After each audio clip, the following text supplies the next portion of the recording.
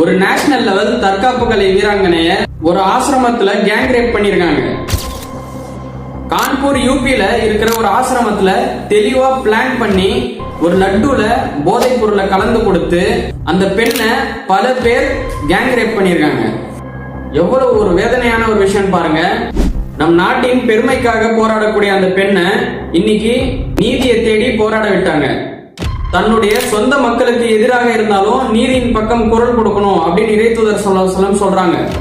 இந்த மாதிரியான சம்பவங்கள் நடக்கும் போது இதை எளிதா கடந்து போயிடக்கூடாது. இதுக்கு எதிராக குரல் கொடுக்கணும். இந்த மாதிரியான கேபிட்டல் கிரைம்ஸ்க்கு இஸ்லாமிய தண்டனை என்ன தெரியுமா? குற்றம் நிரூபிக்கப்பட்டா குற்றவாளிக்கு டெத் பெனால்டி. எந்த ஒரு பரிதாபமும் இல்லை, எந்த ஒரு பெயிலும் இல்லை, வருஷக்கணக்கா கோர்ட் ட்ரையல்ஸ்க்கு அலைய வேண்டியதில்லை. ஏன்னா இஸ்லாம் பெண்களுக்கான உரிமையை மட்டும் பேசல, அவர்களுடைய பாதுகாப்பையும் நீதியை கொண்டு உறுதி செய்யுது.